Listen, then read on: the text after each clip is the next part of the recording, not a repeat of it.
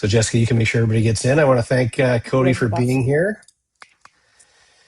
All right. So I know, Cody, your time is really valuable. So I don't want to take too much of it anymore, or as much of it I can, but not too much. And I appreciate you coming in to speak to KW Empowered and some of the guests that we have here today. We've talked a lot about different things. Some of the people, I'd say most of the people here were at Thrive, so they got to hear you speak for a full day, which is why they're eager to come back and listen to you again. But just if we could just quickly go over a little bit of your background and your experience and the amazing things that you've done in the past, just so people understand what a big deal you are. Because, one of the things that I love about you is just how modest you are. And at the end, I need to figure out how you're so calm, or the appearance of being so calm. But let's give the kind of a synopsis of your transactional background and what makes you so great. I think that what would normally be, read or said on the way of walking up on a stage somewhere would be that I have an expansion business that has grown to 130 cities. At our peak, we were in 6 different countries, and we sold at our peak about 2,300 homes per year. That's retracted during this recession that we're in currently. We're down to about 90 cities, down from 135, 140 cities. I own 6 brokerages inside of Keller Williams. I'm the senior vice president of MAPS Coaching, which is the largest coaching company on planet Earth for coaching real estate agents. I taught bold across North America for 15 years. I like long walks on the beach and turkey sandwiches. Love it. Love it. that would be like what's normally like kind of said as you're walking up onto a stage, and then I mean the thing is that you ultimately make peace with the fact that the way that you live your best life possible is you give your best effort to the things that matter the most. I love that. And the topic today really is around implementation. We have some very experienced agents on the call, and we have some newer agents. And we both, you coach at a very high level. I get to coach agents whenever I can. Implementation and consistency of implementation generally is the biggest challenge I find. Most agents are struggling with. How have you dealt with that with yourself first, before we kind of talk about how do we help others? For me, my answer to that. It sounds a little self-serving because I run a coaching company. But my answer to that is that without a coach, I'm never going to get to where I want to go. I made peace a long time ago that I'm only qualified to keep myself where I'm at.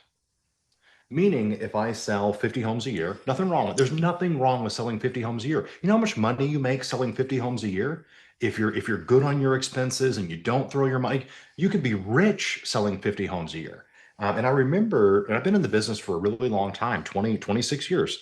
And I remember back when, if you sold 100 homes a year, we'd put that person on stage and we'd worship at her feet and be like, oh my God, like you would listen to the words as if it was honey from heaven. And today, you've got so many people selling so many homes that when an agent sells 100 homes a year, which is still awesome, someone's like, oh, man, keep your chin up. Don't you give up on yourself. You're gonna get there someday. And you're like, what? Like I sold 100 homes this. Like, it's wild. But we were just looking at. Gary and I were talking about it yesterday. One of our mastermind groups. We have multiple at Keller Williams, but one of the private ones, the lowest earning person in the room makes 3.4 million in GCI. The person who's like, I'm just glad I got the invite. That would be the brokest person in the room, makes 3.4 million in GCI. And the highest earning person in that room currently, we were just with them in Austin 10, 12 days ago. Highest earning person, $37 million in commission in a year. You know what Remax did worldwide last year in profit? 6.7 million. We have agents that make more money than brokerages. And that's who we want to hang out with. Anyway, in a roundabout way to answer your actual question around that, if I sell 50 homes a year, that's who I think like. That's who I act like. That's how I'm wired. That's exactly who I am. And damn it, there's nothing wrong with that. But until I think different and until I act different, I'm going to stay at 50. And that's why for me, coaching has always been integral. That's why for me, I've always had multiple coaches. I suppose that's why for me, I find myself running a coaching company because I believe in it from the head to the heart. And for me, with the head, when you believe in something with your head, you believe in it conceptually. When you believe it in your heart, you believe it habitually. And the when that made sense to me the most was I spent about 8 years doing as many Ironman events as I could, and I really enjoyed it. It was great, and I tore up my body, and it was fantastic. The coolest thing, got some medals, and never made any money at it, but it was fantastic. And when you talk to someone who's never run a marathon before, they go, "Ah, oh, a marathon, that's hard." They know it conceptually. You talk to someone who's a marathon runner, and she goes, "Yeah, that's hard." That's knowing it here in the heart. And that's the difference. My son's 25 and he's like, "Oh, yeah, marriage is hard." And I go, "Dude, you don't know anything about what you're talking about. Conceptually, you know it's hard. Go talk to someone who's been married for 70 years to the same person, and they'll tell you marriage is hard and why." And that's the difference of the head to the heart. Okay, And so so that's coming today. for me, if I don't have somebody speaking into my life, I'm going to be stuck right where I'm at. And I'm the least likely candidate, and certainly the least valid candidate to get me where I want to go. So bringing that coach in definitely kind of helps you strive. And a lot of people have been coaches. We've had different people in our life. When people have coaches in their world and they're not hitting their goals, what would you say to that? I'd fire the coach. Like for me, I'd fire the coach. And the third time I fired my coach, I would realize maybe it's not them. But when I bring a coach into my life, I'm really clear. Like I mean, when I bring a coach into my life, I'm really clear that in my real estate business, the highest paid person per minute is my coach. No one makes more money per minute in my P&L than my coach. I mean, I suppose my attorney at times, but I don't have to pay my attorney every single week. Sometimes it feels that way, but you get my point. They're a really high paid person per minute or per hour. So I am wildly, wildly tracking that number. And I tell the coach, listen, the job is in 4 months, I need to be here or here. Now, what I'll bring to the table is I'll be the athlete, but you have to be the coach. Meaning world class athletes don't write their own game. They don't write their own workout plans. Tom Brady didn't tell his quarterback coach, "Here's what I think I'll work on this quarter." His quarterback coach said, "Here's what you need to work on." And he goes, "Cool, I'll go do that." But when you're a world class athlete or you're a world class agent at something, you don't have any pride in any of this. You just go, "What do I need to do? Give me the workout, give me the list, and I'm on it." Now, damn it, if the workout doesn't work and I don't grow, and the list doesn't work and I don't improve, then either A, I'm bad at this, or B, you don't know how to coach me. Which is it going to be? And that's for me, that's a very direct. My coach is not my friend. I pay my coach. I could have friends I don't pay. And so I'm wildly difficult about that. But I mean, I learned that from Gary, and I've been really fortunate to be really close to him for a long time. And it was years ago that he told me that he was working with this physical trainer, and he said, "Listen, you've got 6 months." At the time, he was trying to get his arms to grow, and he's like, "You've got 6 months for my bicep to be a half inch bigger, and if it's not, you're fired." And he was just really clear. He's like, and he goes, "I'll do the work, so I'm not worried about me, but I don't know how to do it. So I need you to do it. I need you to give me the workout." So I'm really clear about that. And the implementation piece, the reason that we don't implement is not because we have a lack of knowledge. The reason that we don't implement 9 times out of 10, there's always the weird reason out there. Like there's always some weird thing, nuance, but the 90% of the time, the reason that we don't implement is because we're afraid of it not working. Now, the fear breaks down to one of three things almost exclusively. It becomes the fear of the future, what might happen, the fear of failure, I do it and it doesn't work. And sometimes the fear of failure is actually borrowed from our friends.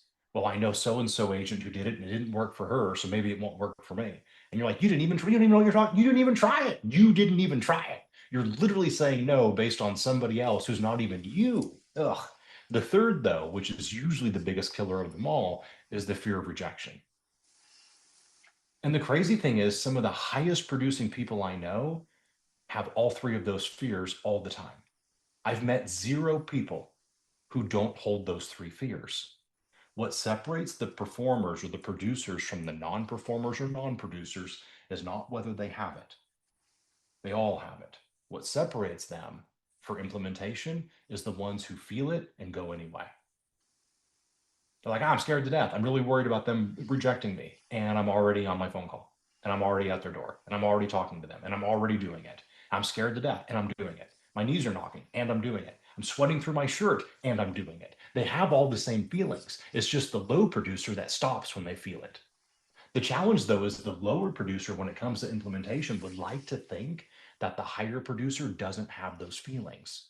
They'd like to believe that that person that they look up to and respect and admire, and she just crushes it or he just crushes it, they'd like to think subconsciously they were born with some chromosome that they weren't, where they are impervious to fear, or they're impervious to failure, or they're impervious to doubt. The other one, the other one out of the 10, the 9 out of 10, that almost always those three. The other one, most of the time, is imposter syndrome, which is quite often linked to one of those three fears, but it's not the same thing. The imposter syndrome is when someone thinks, I don't know that I'm supposed to be that person. Man, it's somebody else who takes 100 listings a year, not me. I'm not a 100 listing a year guy. That's somebody else. That's not me. I don't know how to do that. Why not you? I used to think that in Gary's private group, I used to think, man, when I get behind those doors, that's where the smartest people are. That's where the agents are. That, man, their scripts and dialogues, it flows like just honey, and they're silver tongued devils, and they're amazing, and they're fearless. And when I got in that room, what I realized was they're zero different from anybody else. The only difference is in the actions they take. Everything else is the same. They're the same clowns that aren't in that room. They're the same agents who don't make any money. They're the same people. They have the same thoughts, the same wild ideas. They have the same. I mean, we're real estate agents, so to a degree, we're all cut from the same cloth of ADD. Remember, we all said at some point that we thought getting paid every 2 weeks was a dumb idea. Like at some point, we said, I think that's dumb. And you know what I also think is dumb? Having a retirement. No, don't need that. You know what else is dumb? Is having benefits from my employer. No, don't need those. Like we're cut from a weird cloth. That's who we are. It's who we are. So if I'm one of those realtors that's struggling, that's stuck in a routine that's not getting the results I want, I have those fears. I've tried a few things, but I haven't been able to change. What would you suggest to those people so that they're willing to do the work? They're just struggling in where they are today in their mindset and their actions. I mean, I'd give two. If it's someone that I love, and it's someone who's close to me, the advice is this: I want you to write down that you actually don't want to succeed at this, and I want you to read it every day. And it usually takes about 5 days before they go, "This is stupid. I don't want to read this anymore." And I'll say, "Great. Is there enough pain to move forward?" Like I'm doing it right now with someone. Right now with someone, for 3 days in a row, they've had to say and send to me a thumbs up that they said it. I actually have no interest in building my real estate business. I prefer being broke, and I don't want to provide for my family the way I said I do. I just don't want those things. You think that's a little bit tough or a little bit harsh, but it's actually the truth. Their actions are speaking louder than their words. Now, they're on day 3, and they're like, I don't want to do this anymore. And I said, well, we'll see. Let me know tomorrow how it goes. Sooner or later, the pain of facing that will be greater than the pain of doing the work they've been avoiding. You'll ultimately choose one of two pains. The pain of regret weighs tons. The pain of discipline weighs ounces. And discipline's tough and it's hard. And for us to do something that we're not already, it's going to take a new discipline. It's going to take a new muscle. It's going to take a new thought, a new idea, a new way of being, blah, blah, blah, blah, blah. Whatever cool analogy you want to put in there, it boils down to some new discipline. And that there's a weight to that. But you know what really weighs? Regret. I wished I had. I wished I'd have done that. You'll ultimately get to the point in your business where you'll either wish you had or be glad that you did. There's not a third option there. I wished I'd have done this, or man, I'm glad I did that. So who do you really want to be? And when you name it, in Gary's in our road show that we're doing right now, which you guys had in that Thrive event, we had Gary's top 10, and it's his top 10 questions that he asks himself. And one of those top 10 questions is, what are you really avoiding? What are you afraid of? And when you voice it and when you name it, you take some of the power away from it. because you look at it and you go, really? Really? I'm avoiding it because of that? We used to do this thing in Bold where we were like, all right, I want you to think of something that you really want to do. And I want to sell 100 homes a year. Okay, great. Then I'm going to get you with another partner in the room. And what you're going to do is, I'm the agent. I'm going to say, I intend to sell 100 homes a year. The other partner, and you got to stick with me on this, the other partner was a negative cheerleader. So what they would do is they would go, okay, what would keep you from selling 100 homes a year? So now you're back to the agent. The agent goes, well, and they list out all the reasons they could think of as to why they wouldn't sell 100 homes a year. And the negative cheerleader stands there and says, you're right, you can't do it. You're right, you're right. And you ultimately go, the aha, we did it for 14 years, and then we pulled it out of Bold when we rewrote it. But the aha over those 14 years with thousands of students, was that they would ultimately look down and say, whatever it was they were trying to achieve, the number one reason that was holding them back was they hadn't done it before. And when you have to read it and you go, seriously, self, really? I got all these thoughts, but when I was pushed to it and someone said, tell me why, it ultimately boiled down to, gee whiz, I've never done it before. And when you face that, you go, huh, to heck with you. Like I'm not shrinking from this goal because I've never done it before. But it takes it takes almost a weird experience to get to that level, to really name it. Otherwise, they're just thoughts that float around in your mind and you just go, I don't really know why I'm not doing it. Maybe because you actually don't want to be any different. Maybe you really like the way life is. Maybe you don't like money as much as you said you did. Because your actions would say that you actually dislike money. Your actions say that you actually don't want to help people. Your actions say that you're really happy with where you are. But when you say that, someone begins to usually bow up on that, and you almost need them to. You've got to put a mirror in front of them. Remember, it was Tony Robbins that said, you don't get that which you want. You get that which are your standards. And so our personal lives, our relationships, our faith with the God of our understanding, our income levels, our bodies, our physiques, all that stuff, our relationship status, our friendships, we don't get what we want. We get what our standards are. So if you want more, raise the standards. And that's hard. No one said that was easy, but that is the path. Raise the standard. That's why we do the financial thermostat in Bold, and we say, all right, well, what do you want to make? And people go, I'd like to make 500 grand. You go, okay, cool. If you made 400, would that be okay? And they go, yeah, you know what, 400? Yeah, I could cut out on the finer things in life, and I could live on. Or you go, okay, cool. How about 325? They go, well, yeah, I could probably be okay on 325. And you go, okay. You go down and down and down until you're like, oh, how about 150? And they go, no, not living on 150. Can't. That's broke status. Well, what you just found was their actual thermostat. When they press back and say, no, not living on that, what you just found was what their actual thermostat is. And just like the thermostat on your wall at home, you set that thing to, like mine's probably 68 or 69. And when it gets too warm, it brings on the thing that cools everything down, brings it back to 69, no matter what happens. If it gets lower than 69, it kicks on the furnace and it brings it up to 69. No matter what I do, if there's people, not people, windows open, not open, whatever it is, that furnace and that air conditioner's job is to keep that room at that set point. And everybody has a financial thermostat that operates in their mind and their life the same way, which is why so many people make about the same amount of money for so long. Think about when you had less money or you were a lack of money, you'd do anything to create it. And yet, the moment you had enough, that internal reservoir that said you must begins to die. So then we go, great. You actually don't need a new listing presentation. You don't need a new script or dialogue. You don't even need a new lead generation lever. What you need is a new financial thermostat. And the moment that thermostat gets turned up, you go and find anything you need for the thermostat to work. And all that is, when you really consider it, back in the 70s and 80s, like the 1970s and 1980s, there was a current that kind of went through the personal development world, and especially the sales world, that said, hey, if you want to make money as a salesperson, go and buy a car on credit, because the moment you've got payments, you have to make the money. Which nobody would ever say today. Nobody would ever use that analogy today, but all that was was a 1970s version of raising a financial thermostat.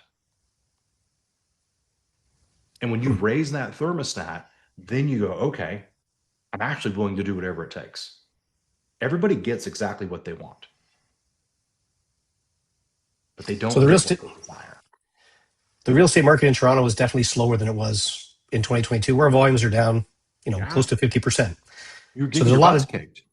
there's a lot of agents that are having their worst years ever. So they're in that discomfort. They're definitely feeling the pain. If I'm a realtor out there and I'm grinding it and I'm doing what I can, but it's not working, what resources do I have? What would you suggest? Not, we don't have a bold running right now. We will have a bold in the fall. What can I do? Where can I find the support and the areas and environment to help me win?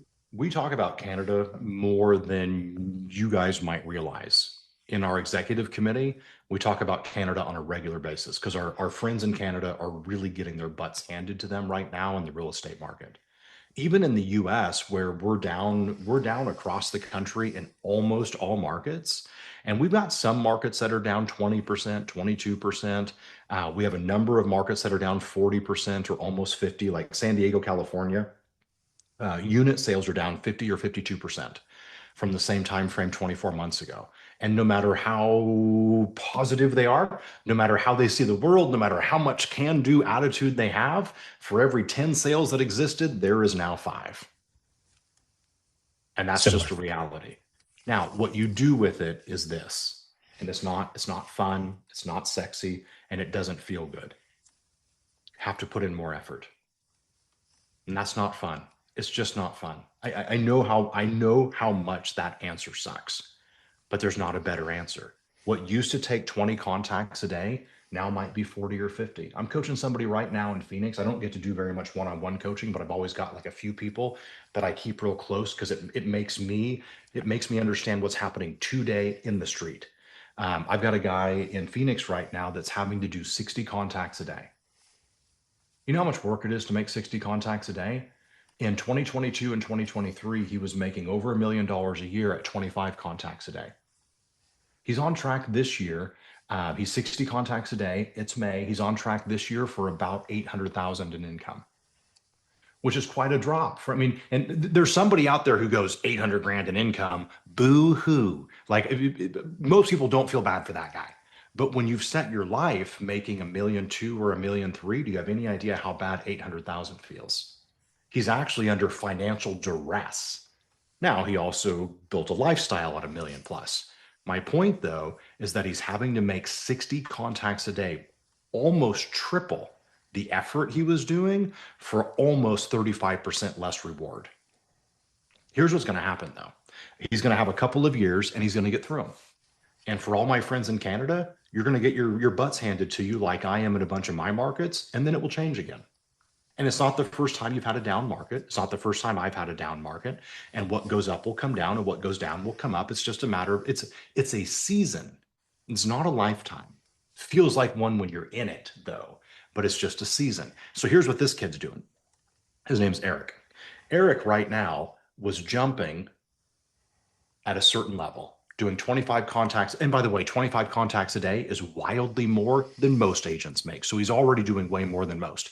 So he's jumping at this level to make the money he wants to make. By the way, he's also a really good agent, just like you are, or you wouldn't be on here. The market, though, takes 50% of the market away. So now he's down here. And if he jumps at the same level, he can't even get out of the hole. So he's having to do the Gary Keller plan where you go, shoot, I have to jump higher. And that's the 60, 62 contacts a day that he's having to make. He's actually now doing 7 days a week of lead gen. That's hard. That's really hard. He's got a 4-year-old little girl and he has a 1-year-old little girl. So Sunday afternoon, when they go down for their nap for 90 minutes, he goes upstairs and makes phone calls. That's not fun. That's not amazing, but it's a season in his life. Anyway, so now he's having to jump this level just to make the money, less money than he was making, but enough money.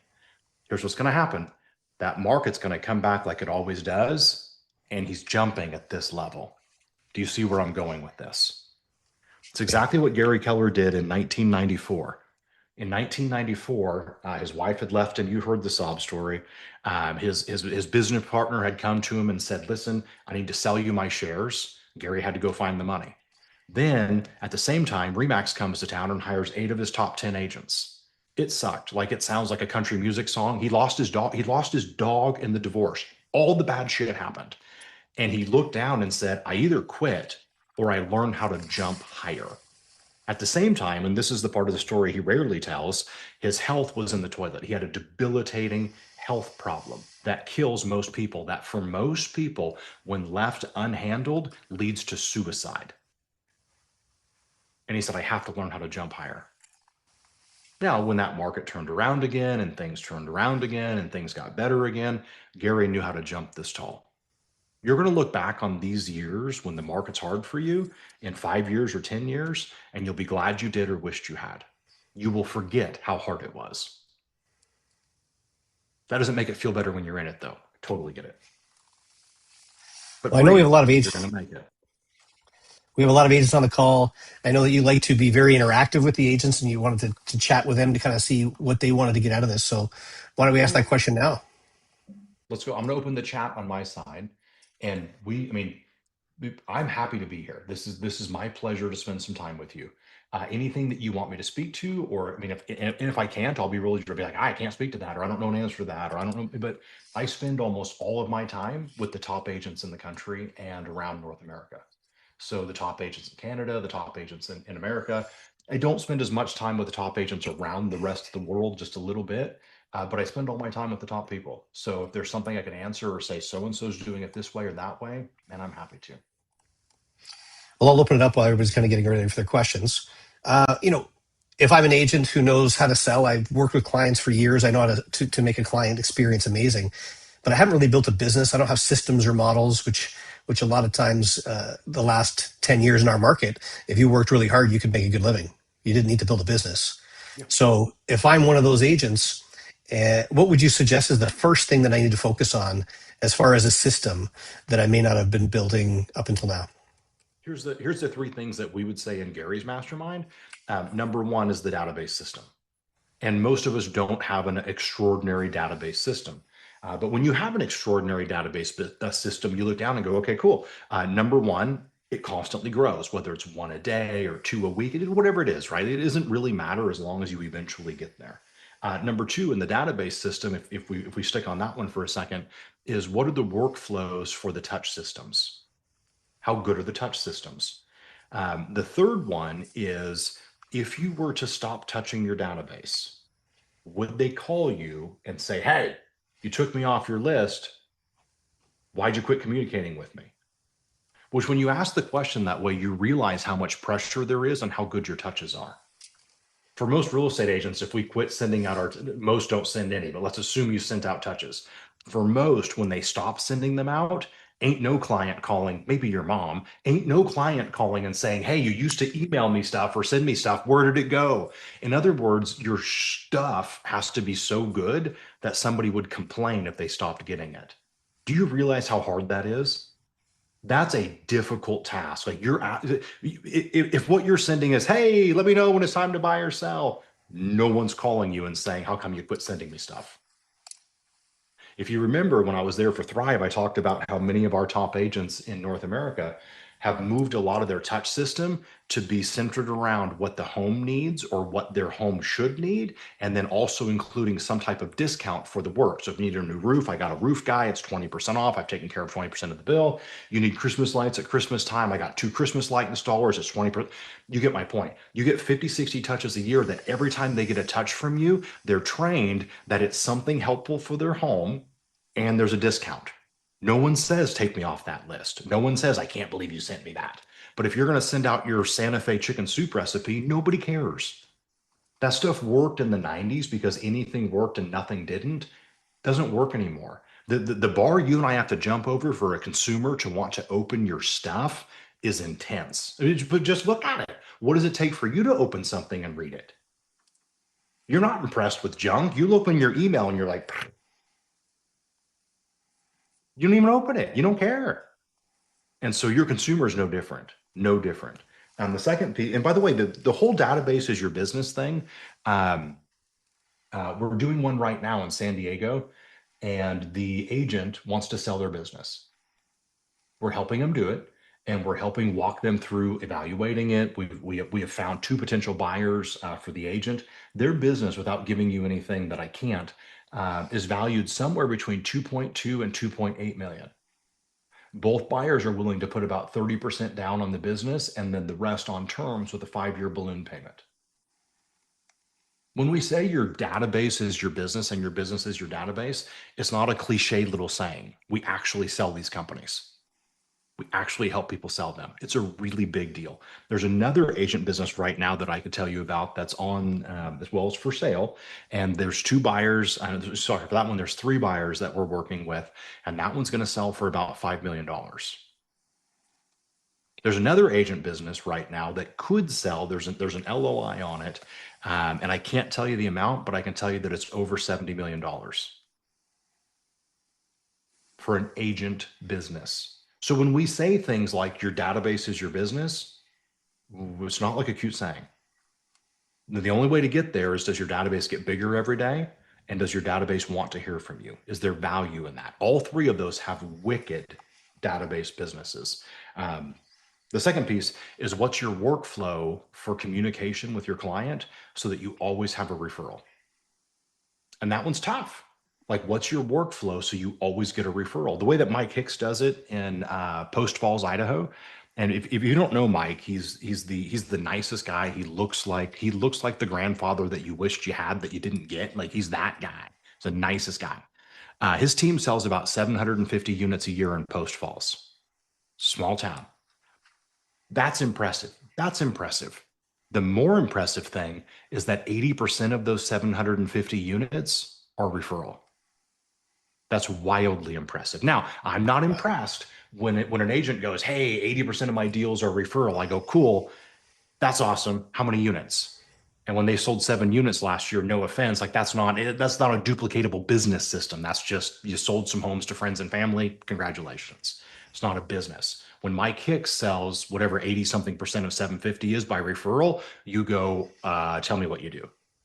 And what he does, his is very simple. His is called the promise. Okay. And in the first meeting that he holds with a client, he says, I'm going to make a promise to you. And the promise is the deal's going to get weird. The promise is something's going to come off the rails at some point. If he's talking to a buyer, he's going to say, listen, at some point, you're going to be pissed at the seller and not want to close. If he's talking to the seller, he goes, at some point, you're going to be upset with the buyer and not want to close, or whatever it is. Everything's going to go haywire. It's going to be a mess at some point. I promise you it'll happen. Number two, I promise you on that day, I'm going to be there.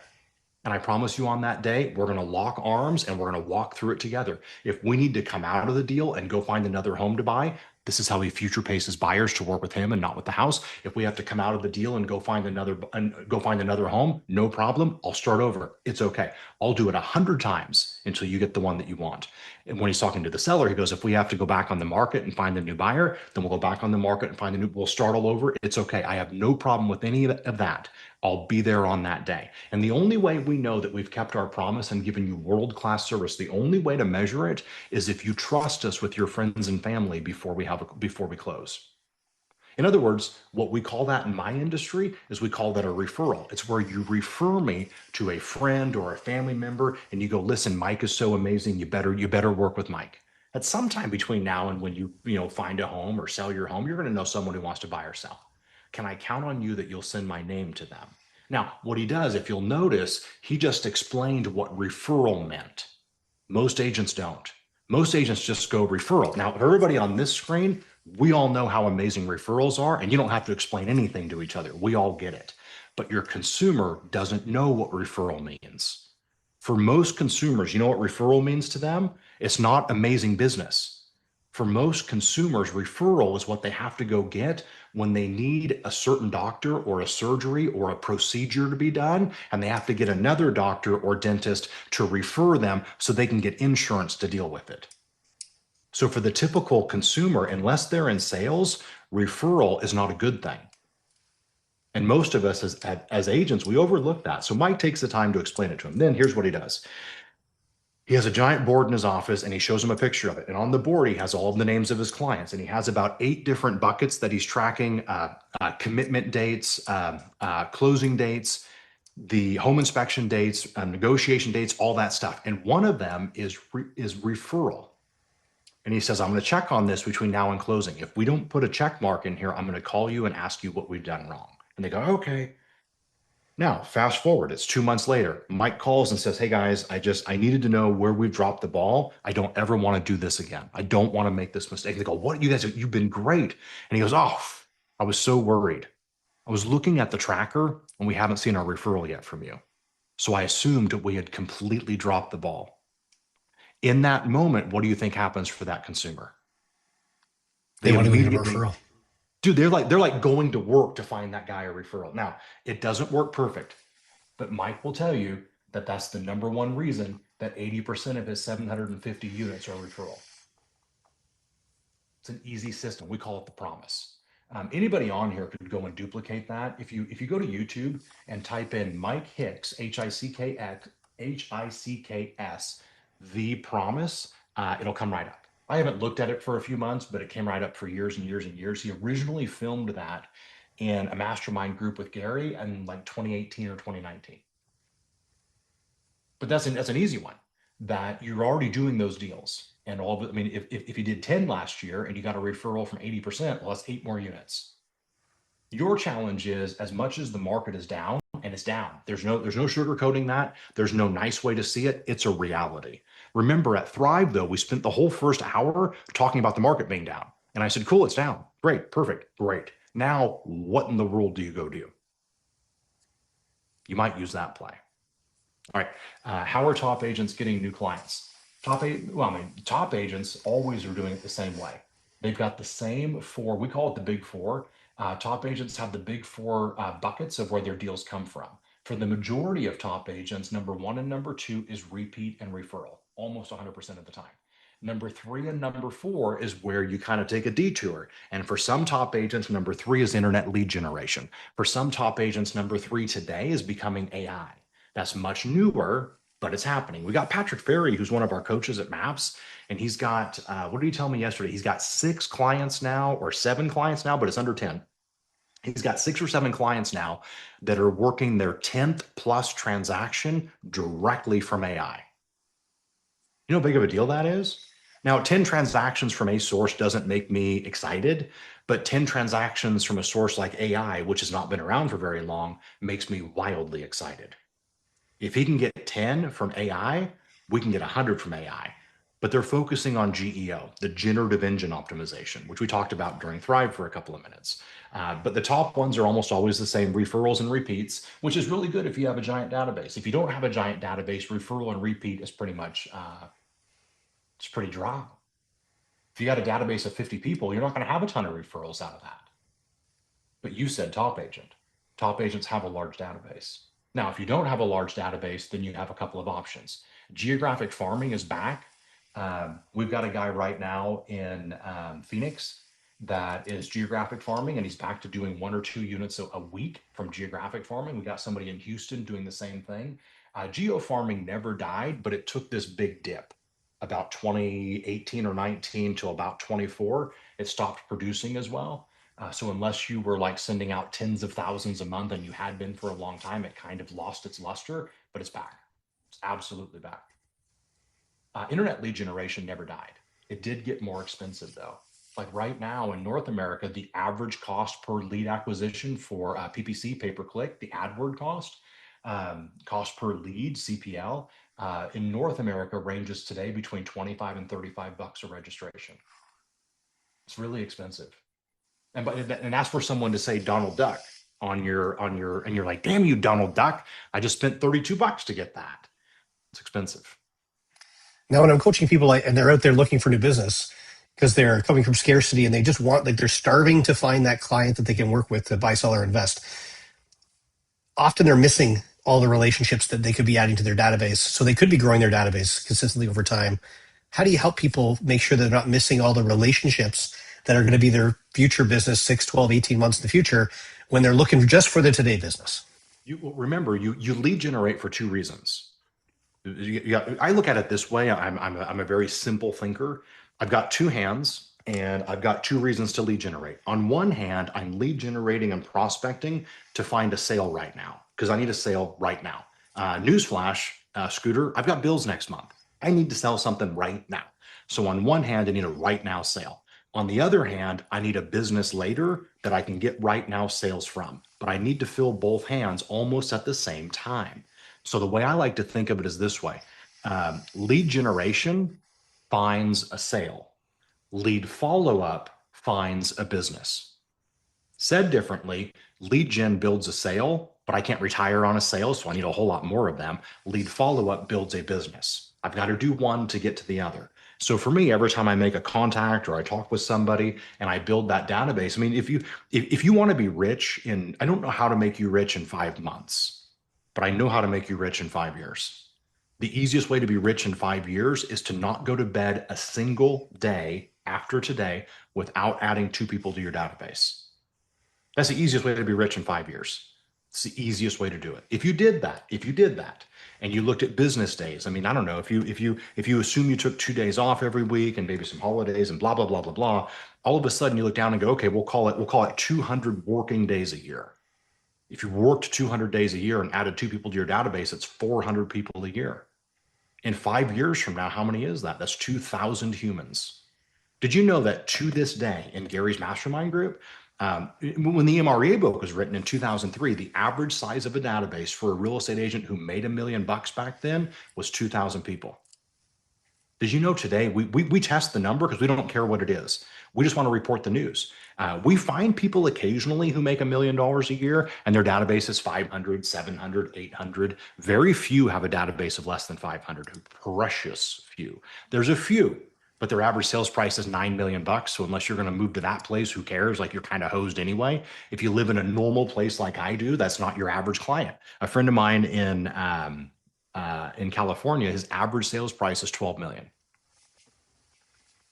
He could make a lot with a few people, but you're 5 years away from a millionaire agent database with 2 people. The challenge is you have to do it every day. Any one of us could add 2 people today. No big deal. 2 blah, blah, blah. And we won't be any richer. The differentiator is, will you do it every day and never stop? And that takes a system and a model. But that would make you rich. You'd be rich in 5 years. And by the way, these 5 years are going to come and go for you, just like they're going to come and go for me anyway. And you'll either be glad that you built it or you'll wish that you had. Those are your choices. Now, there's another question. How do you be the most effective you can? It says an hour a day. If you had an hour a day to work in your business, now you said this says on your business, so I'm not sure whether he means in the business or on the business. But when you're very constrained for time, what's the most number one priority for in your business, and what's the number one priority outside your business to work on your business? Ryan, you got to coach me on this. Do you want a nice answer, or do you want my answer if it's my friend asking? We want the direct answer. I would tell him to leave the industry. If my friend called me and said, Code, what do? I got an hour to put into my business. I would say you should probably go work somewhere else. You won't probably get what you want with an hour a day. That would be, to me, that feels like somebody saying, I really want to be fit, but I can do one workout a week. What should I do? And I'd probably say you should just be okay with how you look right now. Because I don't know that one workout a week is going to get you there. And I love you too much to give you any crap. I love you too much to give you a fake answer. Now, if somebody's making a lot of money and already successful and they go, all right, I'm doing really great, but I've got 1 hour a day that I could I'm already on 2 listing appointments. I'm already lead generating like crazy. I'm already doing all this stuff, but I do have an hour that I could find to go work on it instead of in it. Sold 80 homes last year. Now that answer looks different. So if someone's already busy and already successful and they go, I can only get, I mean, imagine what Gary could do if he had an hour a day starting tomorrow that had no plans in it. That guy's already successful. And so for him, he's got to find like in our group, we call it the moments. And what we mean by that is it's the moments in between. It's the 5 minutes here, it's the 10 minutes there. Because when you get to a certain level, you don't have giant blocks of time anymore. You don't have 4-hour blocks that you weren't already busy, for heaven's sakes. You're busy all the time. And so you're looking for these little moments. If you have an hour a day of those moments, I would put all the pressure, if it's me, I'd put all the pressure on finding somebody else in my real estate business to help make them successful. because the highest compounding interest I have is human capital and not money capital. But I'm a team guy. So for me, having 10 agents who sell homes and helping them be successful makes me successful. So that's my answer. The first Love one that. is if you only have an hour and you're broke, get out. Like you won't get there with an hour a day. I don't know how else to say that. Like there's two. I mean, if you did get there in an hour a day, you need the 60-year plan. And I don't know anybody who wants to do this for 60 years and struggle. Like most people I coach want like the 6-month plan. How do I get there? Love that. Most of us are working a lot more than we want to be. Especially right now, as you said. I mean, I wish I had a different answer than that. It'd be really cool to go, yeah, you know what? We found the secret sauce, and we're all working less. Dude, we're working more hours. I'm working more hours than I've worked in a really, really long time. But it's a season. It's okay with me. It's a season. I'm also still protecting my family time. I'm still protecting my personal life. I've had to become wicked about it and say no to everything else. I'm saying no to a whole lot more right now. That's true. But it's not easy out there. It's hard out there. But you didn't come in here today to be sold a bill of goods. You didn't show up to hear something flowery. You were like, give me the truth, man. Double your lead gen. Do it faster. Well, I appreciate that. If there's any other questions, put it in the chat. I want to make sure I respect Cody's time to everything else that he has on his plate. I thank you so much for coming. Thank you so much for sharing your path and your focus and your clear that we have to do more work. It's just not fun. I mean, I'm 45, and I'm for the first time in my life for like the last 3 or 4 years, I'm feeling older. I didn't feel older in my 30s, but I do feel older in my 40s. My right ankle hurts, and it's been hurting for weeks, and I don't know what I did to it. I don't even, I mean, for all I know, I was walking to the bathroom and my ankle's been hurting for weeks. Like I'm at the age that stuff has begun to happen. Like there was a long period of my life that no matter how I felt, a couple of Advil and 2 strong margaritas, and I was fine the next day. Everything was good. I was all the way good. But I'm at the point that, I mean, I'm also at the point in my life where when I have to lose that 5 or 10 pounds that I constantly kind of lose and gain and lose and gain. And like, I don't know how your life looks, but for me, I'm at the point in my life where that 5 or 10 pounds is a little harder to lose than it used to be. It takes a little more time. I got to put in more effort at the gym for less result. I've got to watch my diet even more. I'm sure my metabolism, like whatever it is, right? It's just gotten harder as I've gotten older. And so I have to make peace with the fact if I want to drop those 10 pounds, it's not as easy as it was. So am I willing to put in the work, or am I okay keeping the 10 pounds? Those are my choices. I'm willing to put in the work, which means I have to find more time. My real estate business today looks the exact same. My 6 brokerages are all making less money than they were making before the market shifted. 2 of them I had to put money into last month. I don't love that. It's not great. I don't love that. I would really like to take money out of them and not put money into them. But no one ever wrote the business book that I read that said every year is going to get better and you're just going to do better every quarter. I never read that book. It said there's going to be some ups and downs. And by the way, I need those downs to clear out some of my competitors. I just have to make sure I'm still standing at the end of the down.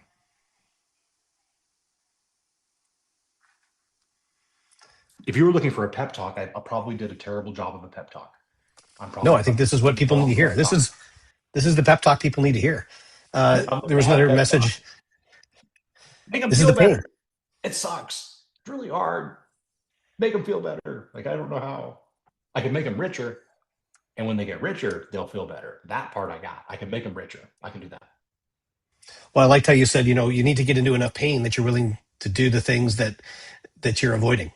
So My why for me, I appreciate you asking. My why for me, it probably has changed 3 times over my career, but the why that I have that I've been about 10 years on, that I don't feel any need to change it. I'd love to tell you that my why is my family. I'd love to tell you that my why is my legacy. I'd love to tell you that my why is some cool foundation that I'm building, and it's none of those things. I don't think any of those things are bad. And I'm interested in all 3 of those, but they're not my why. If you ask mine is to leave thumbprints on people's lives. That's the only thing I've been able to say for 10 years that still moves me. And I get tired or I don't want to go back to work. And I go, wait, wait, wait. My why is to leave thumbprints on someone's life. Someone texted me yesterday. I was flying back to Portland. I live here. And they texted me and said, "You don't remember this, but 2 years ago, you said blah, blah, blah to me. I went and did this and this and this." And at the end of the text, it was, my kid just got accepted in the most expensive private school in town that I've been wanting to send them to. To me, that's a thumbprint. And so to me, that's my why. I want to leave thumbprints. I want to leave thumbprints on people's lives. Why that's important to me, I would probably need a therapist to help me understand that. That might be wildly self-serving. Like I have to be so important to people. I left a thumbprint. I don't know. But I do know that if I channel it in the right place, a whole lot of people get better. Makes me feel really good. I got a guy in Washington that he's called me four times in the last maybe 10 years, saying, "Cody, you're the only guy I could call and tell this to without sounding like I'm bragging, but I just had $100,000 day." Meaning he did enough deals that day that his commission was $100,000 four times.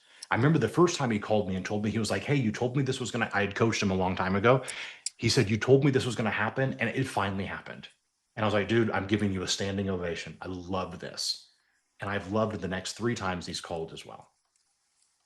Makes me feel amazing. He never sent me a referral, which would have been amazing. But it made me feel amazing to know that he had $100,000 day.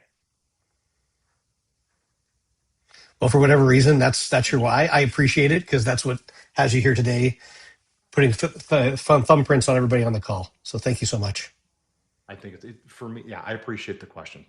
I used to feel really bad about my why because people always had like some amazing answer, and I'd be like, I want that to be my answer, and it just wasn't. Gary taught me early on. He said, you don't need a big why.